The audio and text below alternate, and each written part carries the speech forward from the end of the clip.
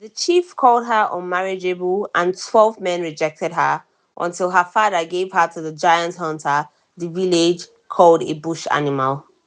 She was the most educated woman in the kingdom of Umana. She could recite the praise poetry of three royal houses and count the season's palm oil yield in her head. But she had not worked since she was 8 years old, and the village called her the daughter of whose body does not work. 12 men of standing came to view her as a wife in 4 years. 12 men refused.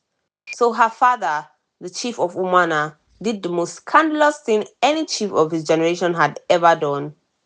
He gave his beautiful disabled daughter to a giant hunter who lived alone in a hut at the edge of the great forest. A man the children of the village ran from, a man the mothers warned their daughters about, a man everyone called Ano here, the bush animal. What happened in that compound over the next 9 months would shame every chief in three kingdoms, and what happened over the 40 years that followed would become a story the great great great grandchildren of that household would still be telling in the year 1970. If you love stories of forbidden love, hidden men, scandalous fathers, brave daughters, and the kind of marriage that makes the entire kingdom eat its own words, then you are exactly where you need to be.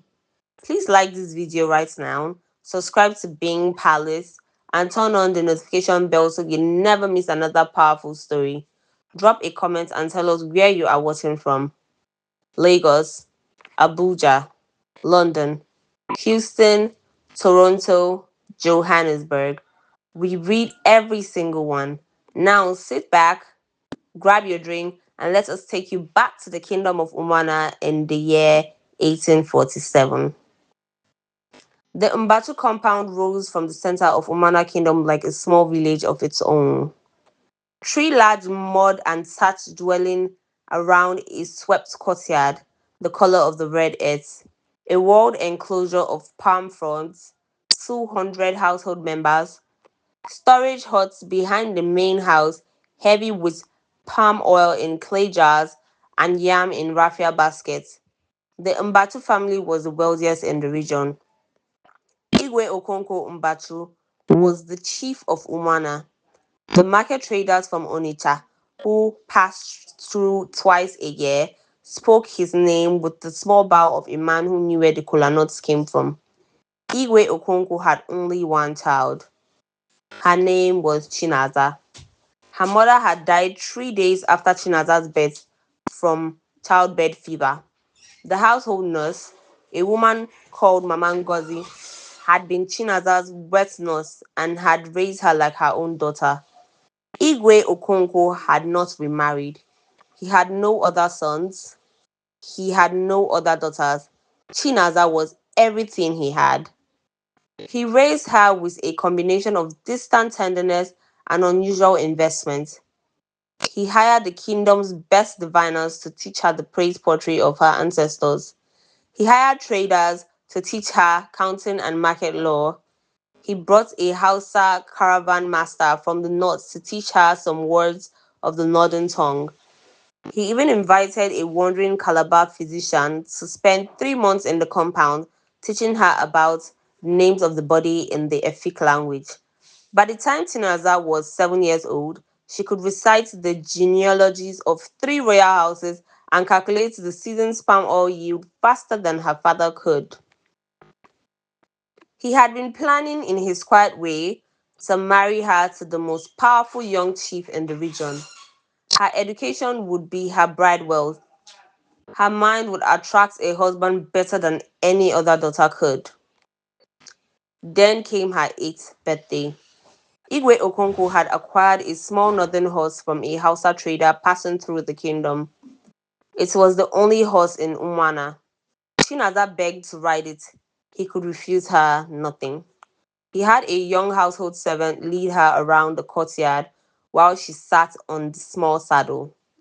She wanted to ride further. She wanted to ride out beyond the compound walls and onto the small forest path that led down to the stream. Her father, who could refuse her nothing, agreed. The household servant walked beside her holding the ring. A small green snake crossed the path. The horse spooked, it reared. Chinaza fell. She landed across the exposed roots of the ancient Iroko tree. Something cracked in her back. The household carried her back to the compound on a woven mat. The Dibia of Umwana came. The Dibia from three neighboring villages came. A traveler from the coast brought a foreign physician all the way from Calabar. 3 weeks of the journey by river and forest path. The physician examined her.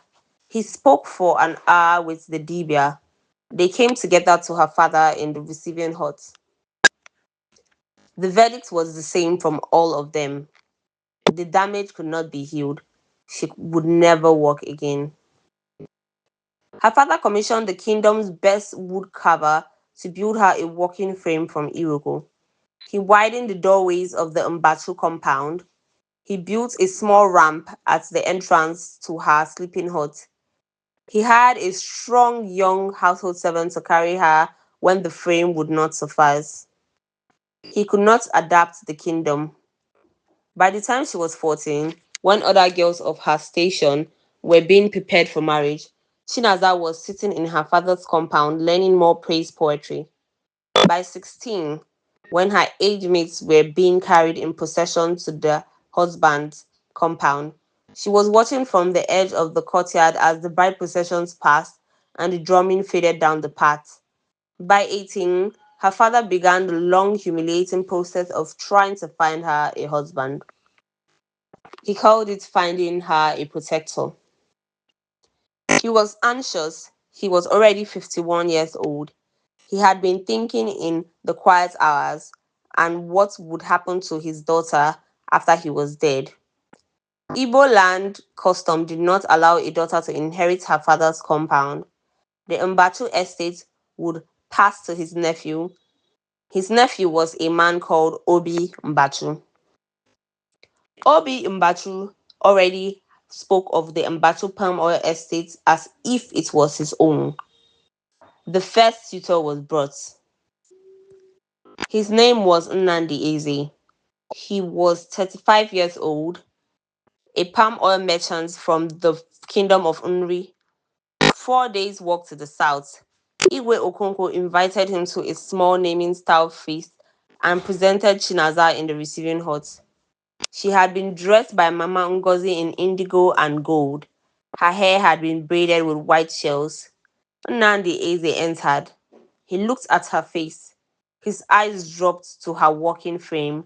They did not return. He returned to her father. Igwe, might I speak with you privately? They left her in the receiving hut. She knew what was happening.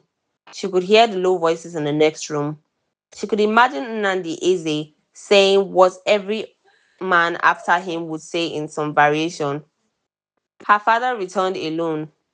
Chinaza, Father, Namdeze has declined. why? He says the situation is not suitable. You can say, Father. He says I cannot walk. He says I'm damaged. You are not damaged, but the world disagrees. The second suitor came 3 months later.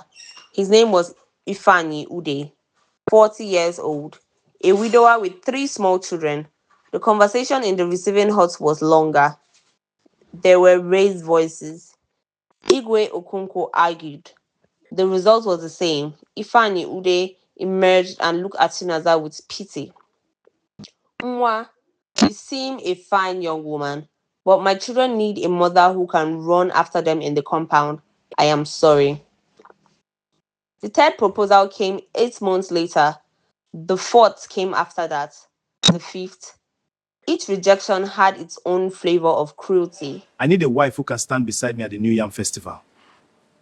How will the village see her sitting in a chair while every other wife stands? The bride procession would be a humiliation. How will she be carried? On the backs of servants like a market load? I have heard she cannot bear children. The Dibia says her injury affects her womb. What use is a wife who cannot give a man son? The last rumor was the cruelest.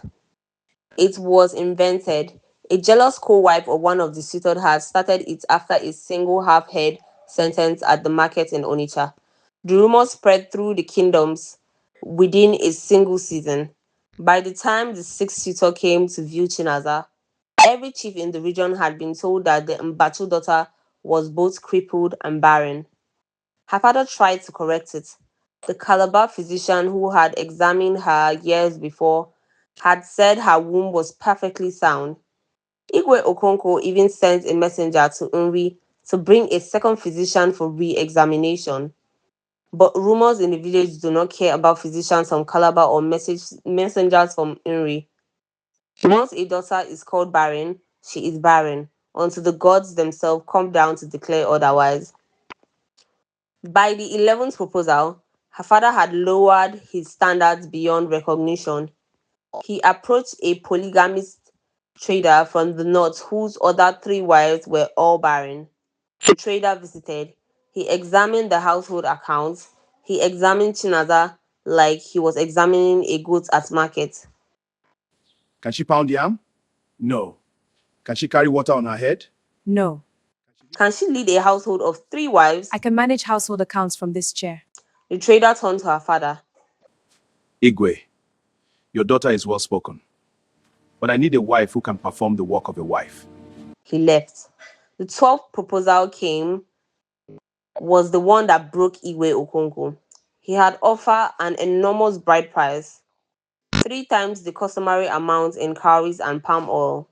The man was 50 years old. He had a reputation across two kingdoms for beating his wives. He had buried two and had divorced a third for defying his hand. He came. He examined Chinaza in the receiving hut without speaking to her once. He turned to her father.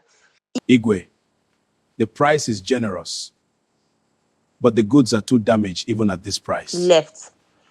That night, Chinaza found her father in his receiving hut, staring at the wall, a horn cup of palm wine in his hand. She had never seen him so still. Father, she did not answer. Father, you can stop. I do not need 12 more proposals. 12, Chinaza. His voice was flat. 12 men in 4 years. Every one of them has said the same thing. Some politely, some cruelly, but all of them have said you are not worth marrying. The words hit her like blows. She kept her face still. Then I will not marry. I will stay here. I will help you manage the compound. I am 55 years old, my daughter. I could die tomorrow. I could live another 20 years, but I will die. And when I die, what happens to you? Then leave me the compound in your will. Our customs do not allow that. The land passes to my brother's son, Obi Mbatu, who will inherit everything. Do you think Obi will let you stay in this house? He will marry off the household women. He will sell off the cattle. He will put in a small hut at the edge of the kingdom on the charity of his cousins who do not love you.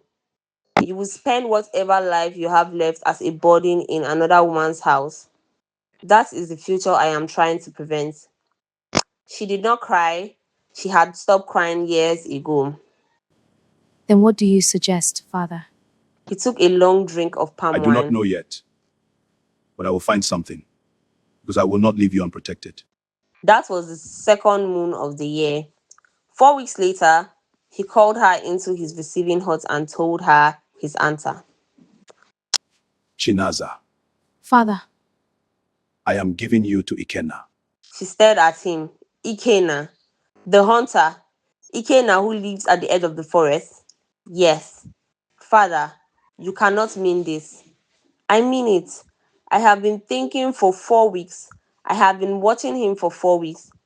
I have been to his hut. I have spoken to him from a distance. I have spoken to the household servants who sells him salt. I have decided he is the man. father. The villagers call him Ano here, the bush animal. They say eats only what he kills. They say children run from him. They say he speaks to no one for weeks at a time. The villagers also call you the daughter whose body does not work, my child. The names the villagers give a person are not always the truth of that person.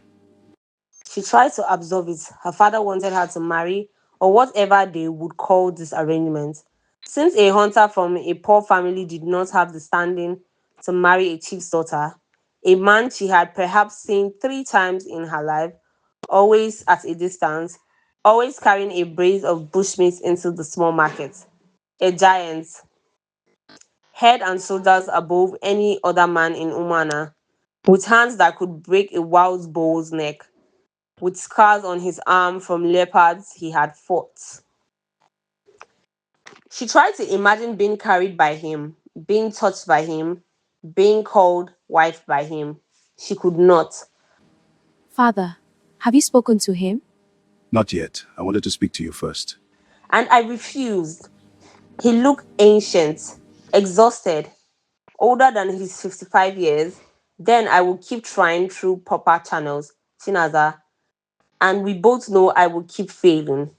And I will die one day, and Obi will put you out of his compound, and you will spend whatever life you have left in the corner of a stranger's hut as you burden on people who do not love you. That is the choice I am giving you. It was the bleakest possible presentation of her future. She could not argue with the logic of it. Can I meet him first, Father, before any decision? Of course, I will send for him tomorrow morning. That night, Chinaza lay awake on her bed, sleeping mat.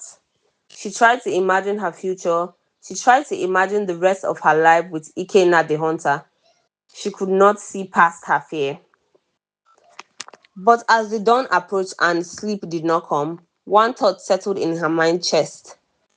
If the choice was between a future of dependency in a stranger's compound or a future with a man her father trusted to protect her, perhaps the impossible thing was the only thing. Tomorrow she would meet the hunter. Ikenna Okeke was brought to the Mbatu compound at sunrise. He had to bend almost double to pass through the entrance gate. He stopped in the swept courtyard. He stood very still. Chinaza was watching from the doorway of her sleeping hut. He was a giant, 7 feet tall if he was an inch, 300 pounds at least, all muzzle. He wore only a wrapper of brown clothes tied at his waist and a small cowrie cord at his neck. His skin was dark from sun and weather. His arms and chest carried old scars, long thin marks from a leopard's claw across his left shoulder, a jagged scar across the back of his right hand from a bush pig, the marks of a hunter who had fought to live. A small clay-colored hunting dog stayed at his ankle. The household servants stopped in their tasks and stared. Mama Ngozi appeared at the doorway behind Chinaza with her hand at her throat. Igwe Okonkwo emerged from the receiving hut. Ikenna Okeke, you are welcome. Come. Ikenna followed. He had to bend through the doorway of the receiving hut. Inside, Chinaza was already seated by the eastern window in her Iroko walking frame. She had dressed carefully, indigo wrapper, gold trim, white shells in her braided hair. Ikenna saw her. His eyes lowered at once. Igwe, Ikenna, this is. Ikenna, this is my daughter, Chinaza. Igwe. He looked at the woven mat on the floor. In the custom of pre-colonial Igbo kingdoms, a man of low station did not look directly at the daughter of a chief without permission. It was a gesture of respect, but it was also the same gesture an enslaved or low caste man made when someone before his betters. The two postures looked identical from the outside. Chinaza spoke first. Her voice surprised her with its steadiness. Ikenna, has my father explained what he wants? Yes, Adanwa. Adanwa, daughter of the king. Do you understand what he is proposing? Yes, Adanoa. He says I am to be your husband, to protect you, to care for you. And have you agreed? He looked confused for a moment, as if the idea that his agreement mattered was something no one had ever put to him. The Igwe says I should agree at that one. But do you want to? The question startled him. His eyes flicked up to hers for half a second. Dark brown eyes, surprisingly gentle for such a fearsome face. They dropped again. Adanwa, I am a hunter. What I want has not mattered to anyone since my father died when I was 10. I do not know how to answer your question. But honesty is brutal and fair. Igwe Okonko cleared his throat. Chinaza, perhaps you and Ikenna should speak privately. I will be in my own hut. Call me when you have finished. He left. The door of a roving mafia was pulled close to him. Chinaza was alone with a giant of a hunter who had been told he must become her husband. A long silence stretched between them. Ikenna, sit down, please. He looked at the small carved wooden stool she had indicated. He looked at his own size. Adanwa, that stool will not hold me. Then sit on the larger bench by the wall. He sat on the larger bench. Even sitting, his head was higher than hers. His hands rested on his thighs. Chinaza could not stop looking at them. Each finger was the size of her own wrist. They were scarred from 40 different fights in the forest. They could break her bones without effort. Ikenna, are you afraid of me? He looked up surprised. Should I be Adanwa? No, I am asking the wrong way. I am asking whether I should be afraid of you. No, never. I will never hurt you. I swear this on the spirits of my father and my mother. The villagers call you Ano here. He flinched. Yes, Adanwa, because of my size. Because I live at the edge of the forest. Because I do not speak much. They are not wrong to fear something they do not understand, but I am not an animal. Have you ever hurt anyone? Only what I have hunted to eat, or men who came to my hut to take what was mine. Never a woman, never a child, never anyone who did not come at me first. But you could? I could, but I would not. Not you. Not anyone who Not did not anyone who did deserve not it. deserve it. There was something in his eyes she had not expected. A sadness, a resignation, a gentleness that did not match his appearance. She made a decision. Ikenna, I am going to be honest with you. I do not want this any more than you do. I do not know. You do not know me. My father is doing this because he is desperate. 12 men in 4 years have refused to marry me. You are the 13th person he has approached. You are the only one who could not refuse him because you have nothing to lose by saying yes. Is that not the truth of it? He looked at her for a long moment. He did not answer immediately. When he did, his voice was very quiet. Yes, Adanwa. That is the truth of it. Then we begin from honesty. If we are going to share a compound, share a life, whatever this becomes, I want to know what kind of man you are. Ask me, Adanwa. She thought. She did not know what to ask a man whose whole life had been a closed forest to her. Then she remembered something her father had said. He reads the sign of the forest the way the Dibia reads the sign of the gods. Ikenna, my father said you know the forest. He said you know things about it that no one else in this kingdom knows.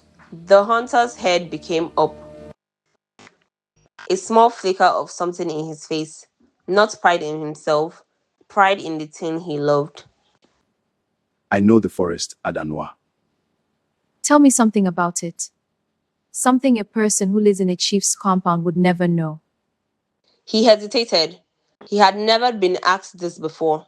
After a long moment, he began to speak, slowly at first, then with growing warmth, about the Iroko tree which marked the path of the underground water, so that a thirsty traveler could always dig at its foot and find water within a man's depth.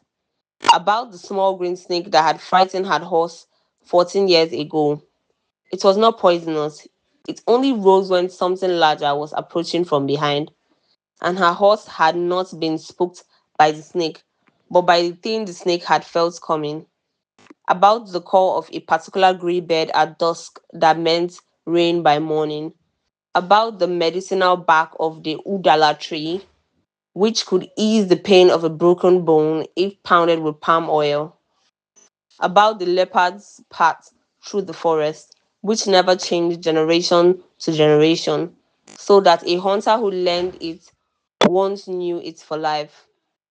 About the deepest part of the great forest, where the elders said the ancestors of the kingdom walked at full moon, and how he had been there many times and felt nothing, but felt something else, a quietness that he had no words for. He talked for an hour without stopping. By the end, his eyes were bright. He had forgotten where he was. Then he remembered. He stopped. He lowered his eyes again. Forgive me, Adanwa. I have spoken too much. No, she was smiling, genuinely smiling. For the first time in this strange conversation, keep speaking. Tell me about the leopard. He kept speaking. 2 hours passed in that receiving hut. The household servants outside held the low murmur of their master's daughter and the bush hunter talking. Mama Ngozi pressed her ear to the door for one moment, heard Chinaza laugh and walk away, crossing herself with relief at the small household shrine. When Igwe Okonkwo returned, the conversation had changed Chinaza in ways she could not explain yet. The man was not a brute. He was not an animal. He was a self taught scholar of the only book he had ever been allowed to read, The Great Forest itself. His knowledge was patchy, informal, oral, but his mind was sharp, and his hunger to be heard had obviously been waiting for years for an audience. Igwe Okonkwo asked them for their decision. Chinaza turned to Ikena. Ikena, if we do this, I want you to know one thing. I do not think you are a bush animal. I do not think you are a fool. I do not think you are a man of what they speak. I think you are a man who has been forced into a small hut at the edge of the kingdom because no one took time to look twice at you. The same way I have been forced into this chair because no one has taken the time to look twice at me. His eyes were wet. Adanwa, call me Chinaza when we are alone. I cannot. You can. Try. A long pause. Chinaza. Her name in his deep, quiet voice sounded like a small prayer. Then you should know, Ikena. I do not think I am unmarriageable. I think the 12 men who refused me were fools. Any man who cannot see past a chair to the woman in it does not deserve a wife. It was the kindest thing anyone has said to her in 14 years. Will you do this, Ikena? Will you accept my father's plan? Yes. Yes, no hesitation. I will protect you, I will care for you, and I will try to be worthy of you. And I will try to make this bearable for both of us. They sealed it with a touch. Her small hand placed flat against his enormous palm. His hand had closed every gently around her.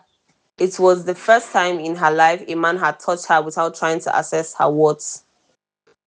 The arrangement began on the first day of the New Yam Festival. There was no wedding ceremony. There was no procession. There was no slaughter of cows.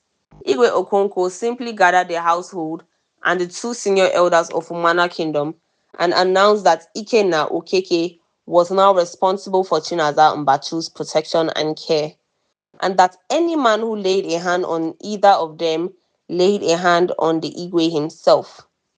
The kingdom was scandalized. The marketplace whispered for weeks. The other chief of the region sent quiet messages. The Dibia of three neighboring villages gathered to discuss whether the gods would be angry. Chinaza's cousin, Obi Mbachu, stormed into the compound and accused his uncle of madness. You have married my future inheritance to a forest fool. Igwe Okonkwo had him removed from the compound and forbidden to return without permission. A small hut adjacent to Chinaza's was prepared for Ikenna. He moved his few belongings from his hut at the edge of the forest into the compound. Two hunting spears, a small clay pot, a cord of cowrie shells, a worn carved figure of his late mother. That was all he owned in the world. The first weeks were awkward. They were two strangers learning to share a daily life. Chinaza had been cared for by women her whole life. Ikenna had cared only for himself and his hunting dogs. Now he was responsible for intimate tasks, helping her from her sleeping mat to her chair in the morning, carrying her across thresholds the chair would not pass, fetching water for her bath, sitting with her while she ate. He approached every task with extraordinary gentleness.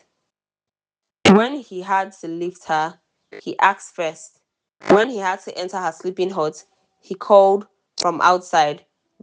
When he helped her with private matters, he averted his eyes and treated her dignity as a sacred thing.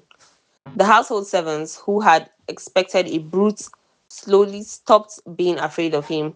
Mama Ngozi, who had been ready to defend Chinaza from him with a kitchen knife on the first night, became his quiet ally within a month. Chinaza began to notice things.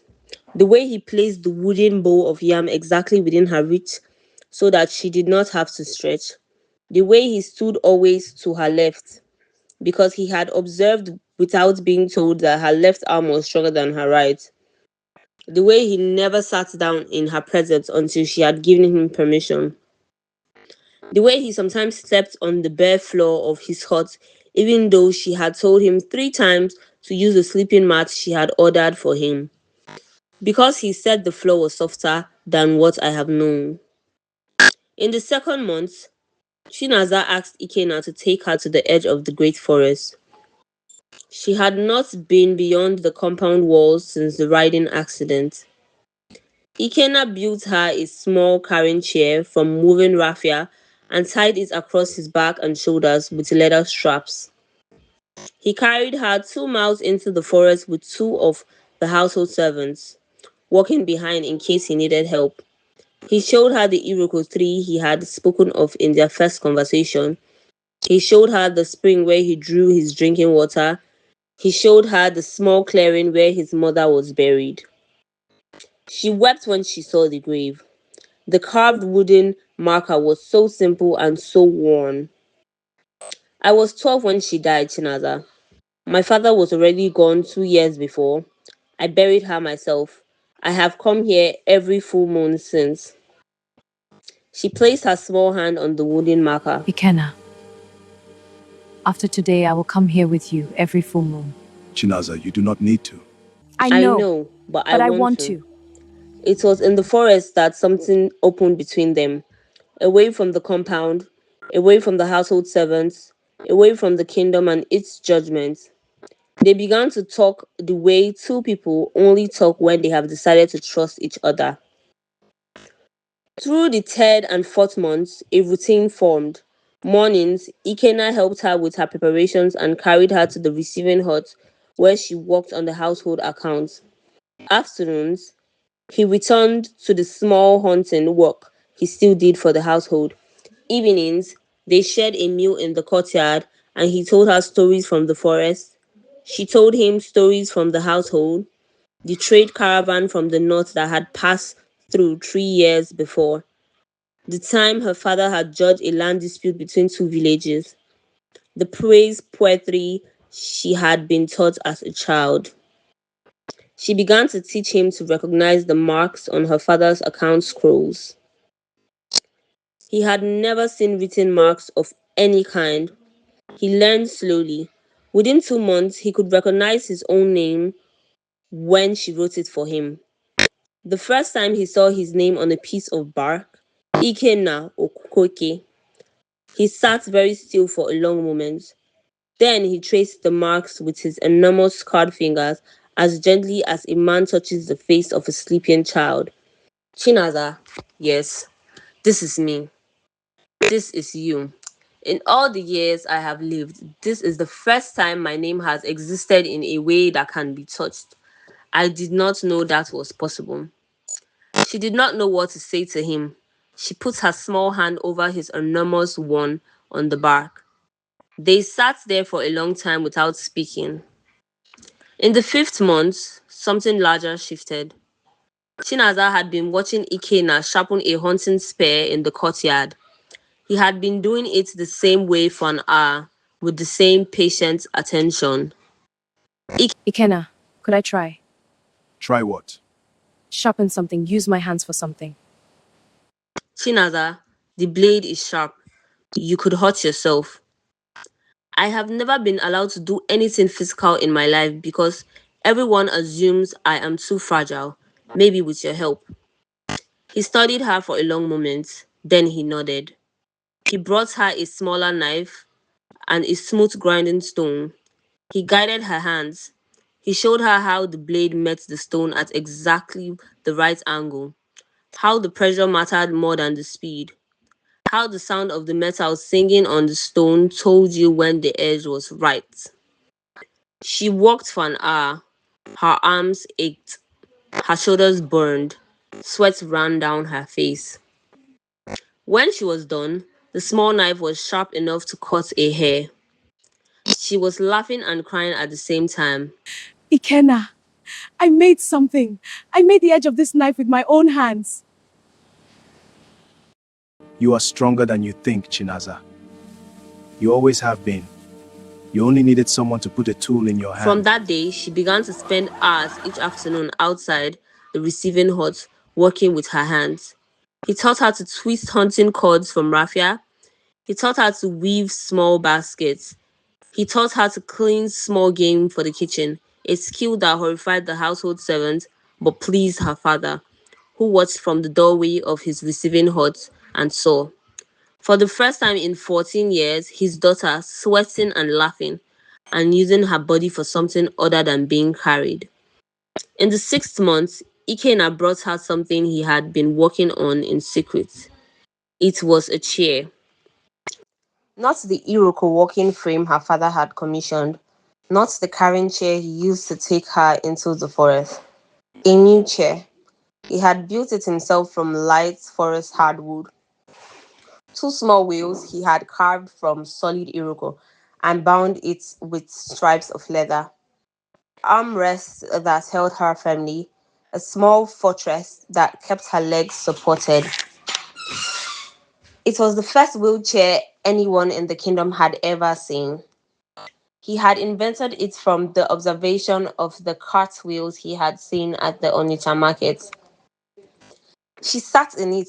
He pushed her gently across the swept courtyard. It rolled smoothly. The wheels turned with the small soft sound of leather on the dry earth. She was silent. Chinaza, do you not like it? Ikena, I can change it. The wheels can be smaller or the back. Ikena, in 14 years, no one has ever made me anything with their own hands. My father bought me the Iroko frame from the best wood carver in Imri. He bought me the carving chair from the craftsman on the coast. Everything I have ever owned has been bought. This is the first thing anyone has ever made for me. She was crying. He knelt beside her chair. His enormous hand covered hers. Chinaza, I will make you anything you want while as long as I'm alive. That night, after the household had gone to sleep, she came to his hut for the first time. She did not tell him she was coming. She simply rolled her new wheelchair through the connecting door between their huts and stopped at the foot of his sleeping mat. He sat up. He said nothing. Ikenna, I do not want to be your charge anymore. I do not want you to be my protector. I want to be your wife, the way a wife is meant to be. Do you understand what I'm asking?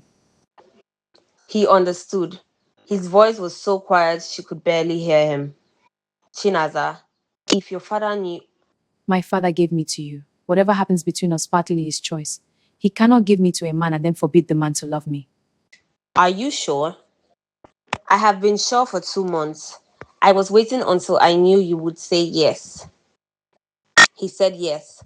What happened between them that night will not be spoken of in this telling.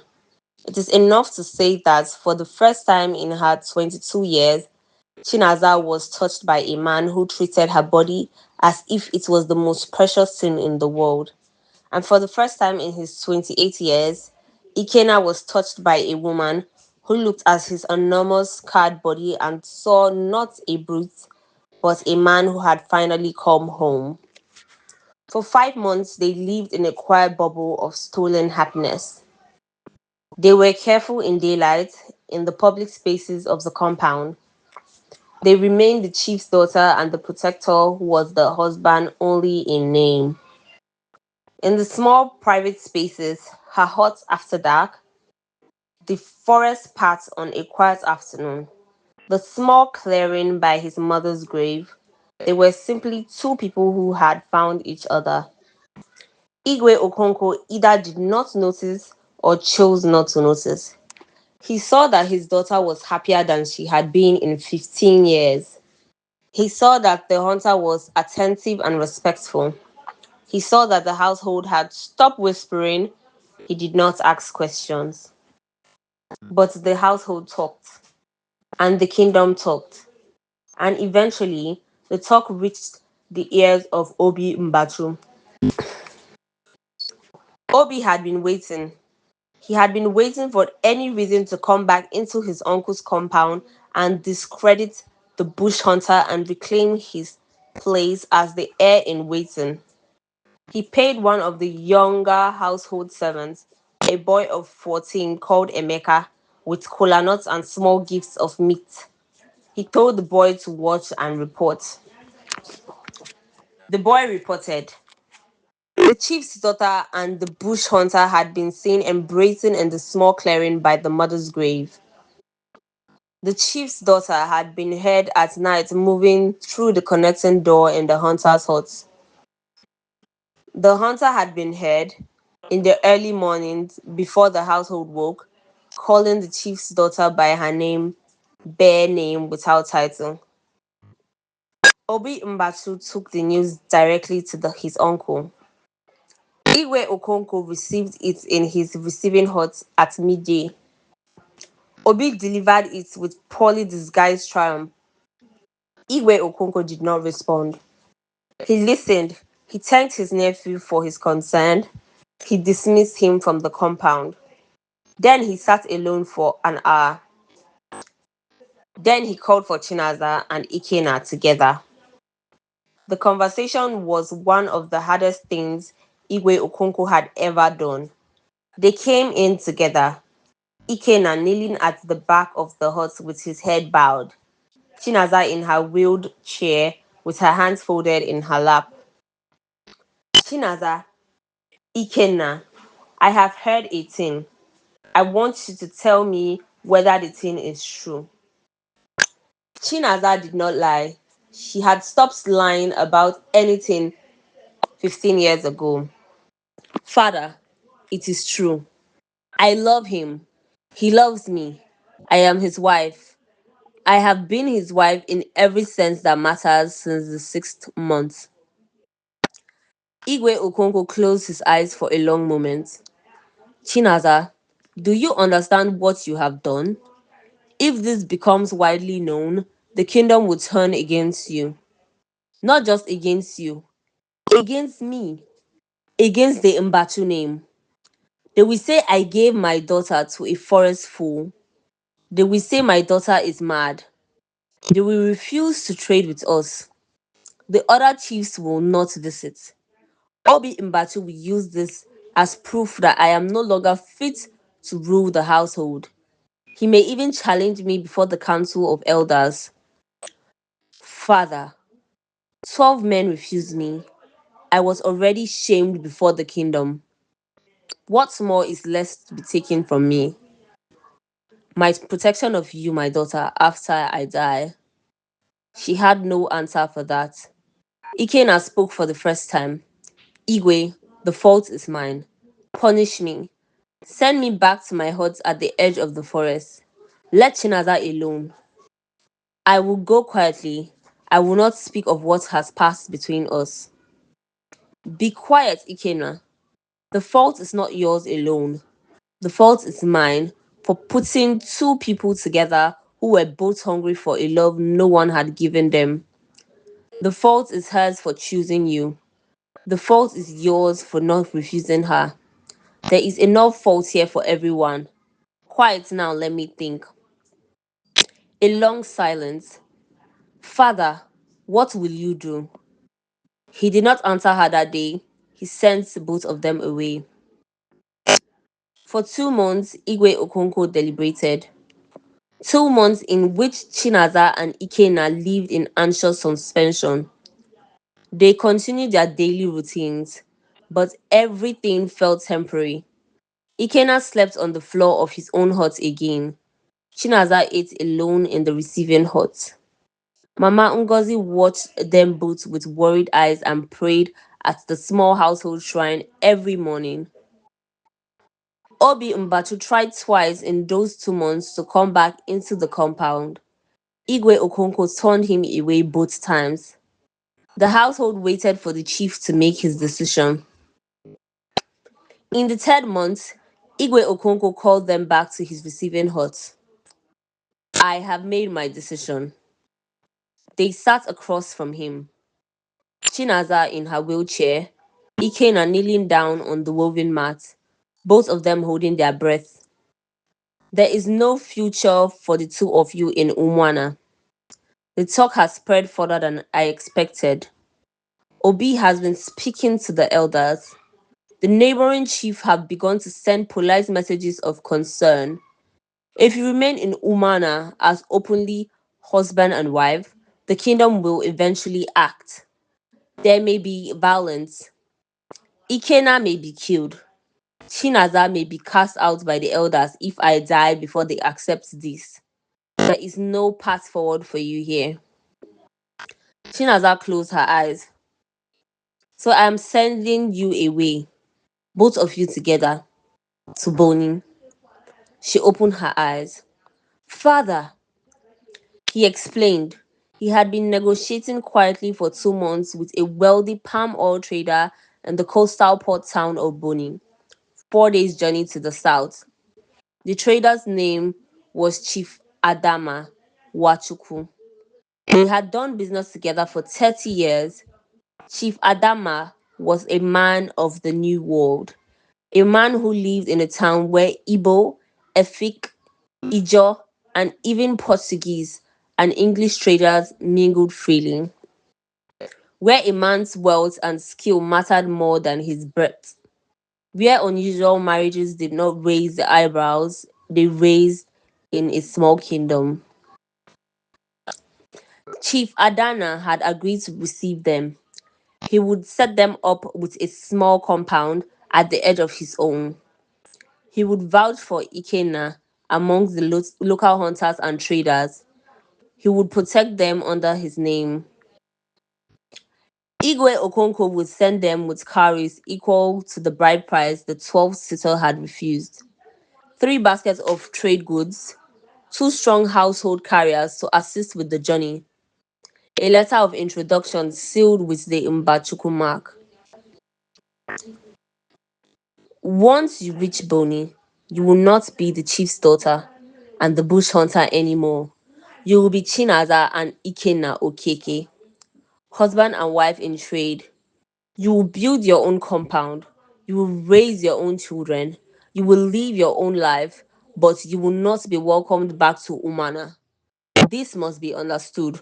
Do you both accept? Chinaza was weeping. Ikena was on his knees with his face pressed to the woven mat. His enormous shoulders shook. Igwe, I Igwe, I cannot accept this much. It is too generous. I am only. Ikena, stand up, look at me. He stood, he looked. Ikena Okeke, You have given my daughter in 9 months more happiness than any man of standing could have given her in a lifetime. You have made her hands strong. You have made her body remember itself.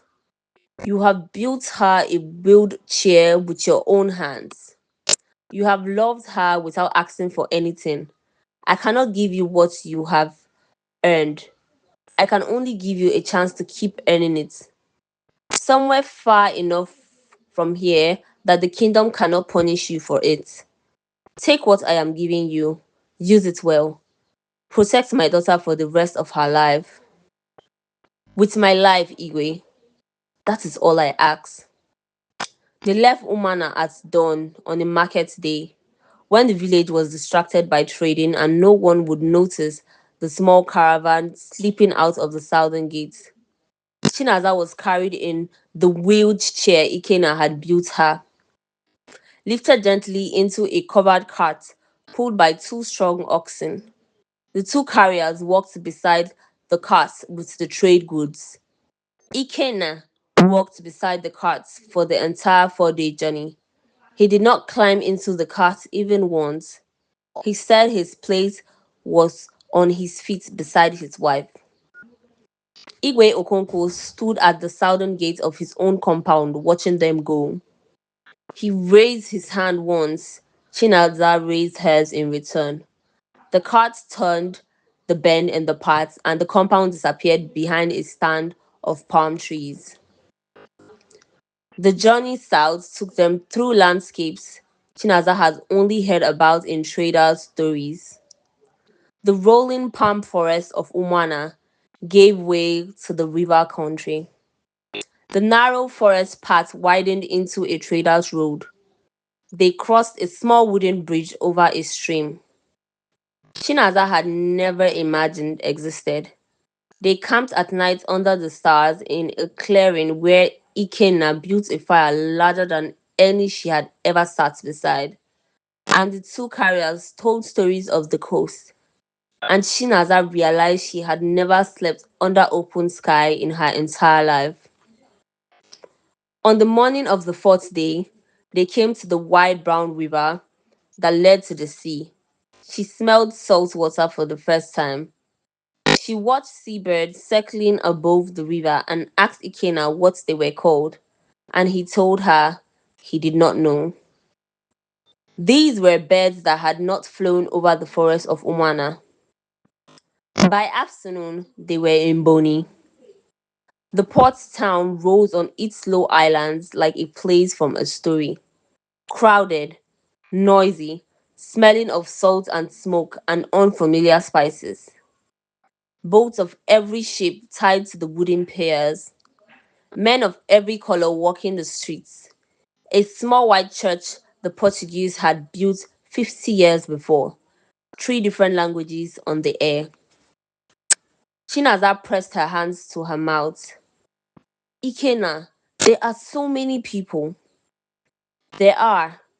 We are very small here, Chinaza. This is good. In a small place, two people are noticed. In a large place, two people can disappear into a life of their own choosing. Chief Adama Wachuku received them warmly. He was a stout, cheerful man in his 60s with silver in his beard and gold rings on 3 fingers. He had read Igwe Okonkwo's letter twice before they arrived. He had a small compound waiting for them at the edge of his own. He embraced Ikena as if he were a son. He kissed Chinaza's hand the way the Portuguese had taught him. Welcome to Boni, my children. You are home. Within a year, Ikena had built a small but thriving business. He hunted large game in the island forest behind the port and traded the meats and hides at the Boni market. His size, which had once frightened the children of Umana, now impressed the traders of Boni. His knowledge of the forest, which the kingdom had dismissed, made him the most reliable supplier of bushmeat in the port. Within 6 months, he had been given a new name by the local market woman. Onyenta, the hunter, said with respect. Chinaza managed the trading side of the business. The years she had spent learning her father's account scrolls turned out to be most valuable. Inheritance he could have given her, she negotiated prices with European traders in halting Portuguese taught to her by Chief Adama Senior's wife. She tracked shipments, she managed the small household. From her wheelchair, she ran a trading house larger than three-quarters of the houses in Boni. The European captains who first met her did a double take when they realized the small woman in the chair was the one with whom they would be negotiating their bushmeat orders. They learned within one season that she could not be cheated. In the second year, Chinaza gave birth to their first child, a son, strong, healthy, perfect. Ikena held him for the first time, and his enormous hands shook so badly that the midwife had to steady the baby for him. Chinaza, yes, he is so small. He is the size all babies are, Ikena. He is so small. She laughed at him. He sat down beside her sleeping mat and wept quietly into the baby's blanket. They named him Obi Okonko after her father. They sent word back to Umana of the child's birth. Igwe Okonko sent back a small carved wooden lion as a naming gift, with a single piece of bark on which he had asked his scribe to write three words: I am proud. Four more children followed over the next 10 years. Two more sons, three daughters, all healthy, all raised in a household where the father read marks on bark with the patience of a man who had learned letters at 28, where the mother ran a trading house from a wheelchair, and where the children were taught from the cradle that no person should ever be judged by the village's first guess about them. Igwe Okonko visited twice, once in the third year, once in the seventh. Both visits he wept openly when he saw the children. Both visits he sat with Ikena in the receiving hut for long hours, and the two men spoke of small things and large things, and Ikena called him father without thinking, and Igwe Okonko did not correct him. On his second visit, on the night before he left to return to Umana, he held Chinaza's hand for a long time and said quietly, Chinaza, giving you to Ikenna was the smartest decision I have ever made in my 57 years on this earth. I want you to know that I know that. She kissed his hand and could not speak. Igwe Okonko died in the 10th year of Chinaza's marriage. The news came by a trader who had passed through Umana on his way south. Igwe Okonko had taken a fever in the rainy season and had not recovered. He had been 71 years old.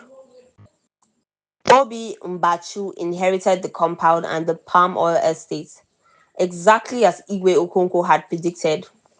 Within 2 years, he had gambled away half of it. Within 5 years, the Mbatu name was a small thing in Umana. Within 10 years, the compound itself had been sold to a trader from Onitsha, who tore down the old huts and built a new compound in a different style. Chinaza received a single small carved Iroko box delivered by a trader from the north, 6 months after her father's death. He had arranged it before he died. Inside the box, the carved wooden figure of his mother that Igwe Okonko had kept on his sleeping shelf for 50 years, and a small folded piece of bark with marks on it. The marks on the bark were her father's last letter, written in the simple Igbo phonetic system the Calabar trader had taught her years ago. She translated it slowly, with Ikena sitting beside her on the floor of their compound. My dearest daughter, by the time this reaches your hand, I will be walking with the ancestors. I want you to know one thing before I go. Giving you to Ikenna was the greatest decision of my life. I thought I was arranging your protection. I did not realize I was arranging your happiness. The kingdom called you unmarriageable. The kingdom was wrong about you. The kingdom called Ikenna a bush animal. The kingdom was wrong about him. Live well, my Chinaza. Beloved, you have earned all of it. Your father. She read it, she folded it, she placed it in the small Iroko box. She did not weep. She had done her weeping for her father over many years.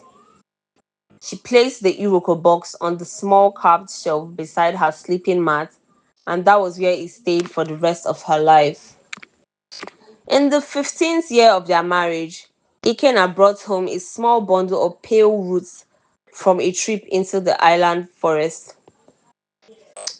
He had been studying them. He believed, based on something an old herbalist in a forest village had told him, that crushed and steeped over many months, the roots could strengthen the legs of a person whose body had been weakened. He began treating Chinaza. He brewed the roots into bitter tea every morning. He massaged her legs every evening with a paste he made from the same roots mixed with palm oil and forest honey. He carved her a new pair of walking supports from light hardwood with leather straps that secured to her hips and ankles. For 2 years, nothing happened. Chinaza did not say anything. She did not want to disappoint him. She drank the bitter tea. She let him massage her legs. She wore the walking supports for an hour each morning while he watched her hopefully. Nothing. In the third year, on a quiet morning with no one watching, Chinaza tried to stand without telling him. She had wheeled herself to the wall of the courtyard. She had reached up and gripped the wooden post of the doorway. She had wedged the walking supports under her hips. She had pushed. Her legs did not give way. She rose. She was standing. She was standing. She had not stood in 23 years. Ikenna came around the corner of the cooking hut at that moment. He saw her standing against the wall. He froze. He dropped the basket of yams he was carrying. Chinaza, Ikenna, you are standing. I am standing. He crossed the courtyard in 3 long strides. He put his enormous hands around her waist from behind to hold her steady. Take a step. Try a step. She took one step, then another, then a third. She walked 5 paces across the courtyard before her legs trembled and gave way, and Ikenna caught her against his chest. She was laughing and weeping. He was weeping too. Ikenna, you gave me everything. You gave me love. You gave me children. You gave me a household. And now you have given me back my legs. Chinaza, you always had your legs. I just gave you a different way to find them. For the rest of her life, she would be able to walk a small distance with the supports. She would never run. She would never climb. But she would stand at her children's naming ceremonies. She would walk to the door of her own compound to greet visitors. She would move through her own household for the first time since she was 8 years old. In the kingdom of Umana, Obi Mbatu had been telling everyone for years that the chief's daughter died of grief in a foreign town because the bush hunter was a brute who beat her every day. He had spread this lie at every council of elders. He had spread it at every market. He had spread it at the funeral of every man who had once been considered a suitor. The truth that Chinaza was alive, prosperous, the mother of 5 healthy children, the manager of a trading house larger than half of Umana combined, and now able to walk again, with the supports her hunter husband had carved for her with his own hands, never reached Umana. Obi Mbatu died believing his own lies. He died poor. He died alone. He died in a small hut at the edge of the kingdom because he had sold the Mbatu compound to pay his debts. The villagers buried him quickly and without ceremony. Chinaza and Ikena lived together in their compound in Boni for 38 years. They watched their five children grow into adults. They welcomed 12 grandchildren. Their compounds became one of the largest trading houses in the port. Ikena became an elder of the local Hunters Association. Chinaza became one of the few female trade negotiators in Boni, respected enough to deal directly with European captains. The Portuguese called her a senhora, with the same bow they used for the wives of governors. They ate every evening meals together for 38 years. They went to the small clearing where they had buried in the third year a small carved marker for Ikena's mother and Chinaza's mother and Chinaza's father, a place to remember the three people who had made their love possible. They went there on every full moon for 38 years. They never missed one until Chinaza came too ill to travel. And then Ikena went alone for her and brought back a small flower from the path to place on her sleeping mat. She died first. In the 40th year of their marriage, a fever took her in 3 days. She was 62 years old. Their five children gathered in the compound. The grandchildren waited in the courtyard. Mama Ngozi, who was now 90 years old and had moved to Boni 20 years earlier to live with Chinaza, sat in the corner of the sleeping hut weeping silently. Chinaza's last words to Ikena, spoken as he held her hand on her sleeping mat on the third night of the fever. Ikena, thank you for seeing me. Thank you for loving me. Thank you for making me whole. He could not answer her. He pressed her hand to his face. She died before sunrise. Ikena died the next morning, before the household had even finished preparing her body for burial. The senior daughter found him on his sleeping mat with his hand still curled as if it were holding hers. The bony Dibia, who was called, said simply that the man's heart had no reason to keep beating once hers had stopped. They were buried together in a single grave at the edge of their compound. Under a carved Iroko marker, their eldest son made it himself. The marker read, in the simple Igbo phonetic system Chinaza had been taught as a child, Chinaza na Ikenna Okeke. They loved each other for 40 years. Their five children all lived successful lives. Their eldest son, Obi Okonko, became a senior trader who traveled to Lagos and to Sao Tome.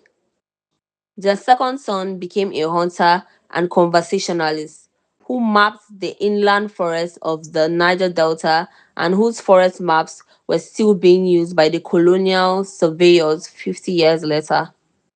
Their eldest daughter became a midwife who served three towns. Their second daughter married a chief from a kingdom further inland and became a respected senior wife who turned around the fortunes of her husband's compound within 5 years. Their youngest daughter became one of the first women in the region to work as a market scribe, writing letters for traders in three languages. In the year 1970, in a small printing press in Onitsha, a great great granddaughter of Chinaza and Ikena named Adaobi Okeke published a small book titled My Grandmother's Mother and the Hunter Who Loved Her. The book told the story of a chief's daughter who could not walk and a hunter the village called a bush animal, and how a desperate father's impossible decision became one of the greatest love stories in Niger Delta ever forgot. The book is still in print today. Their descendants are still in Boni. The carved Iroko grave marker still stands. There are daughters in compounds across this country tonight whose fathers are searching desperately for husbands for them.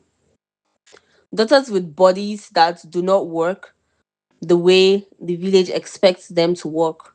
Daughters who have been told they are too dark, too tall, too short, too thin, too poor, too educated, too damaged, too anything for the suitors who keep refusing to come. Most of those daughters are listening to the village. Most of those daughters are starting to believe what the villages say about them. Most of those daughters will spend the rest of their lives in small huts at the edge of someone else's compound, becoming the burdens the village always told them they would become. And there are men in those same villages tonight who are too poor, too tall, too quiet, too strange, too dark, too far from the center to be considered husbands by any chief's daughter. Men the village call bush animals, men the village call fools, men the village calls everything except what they actually are. Most of those men are listening to the village too. Most of them have stopped trying to be seen. Most of them will live and die alone in small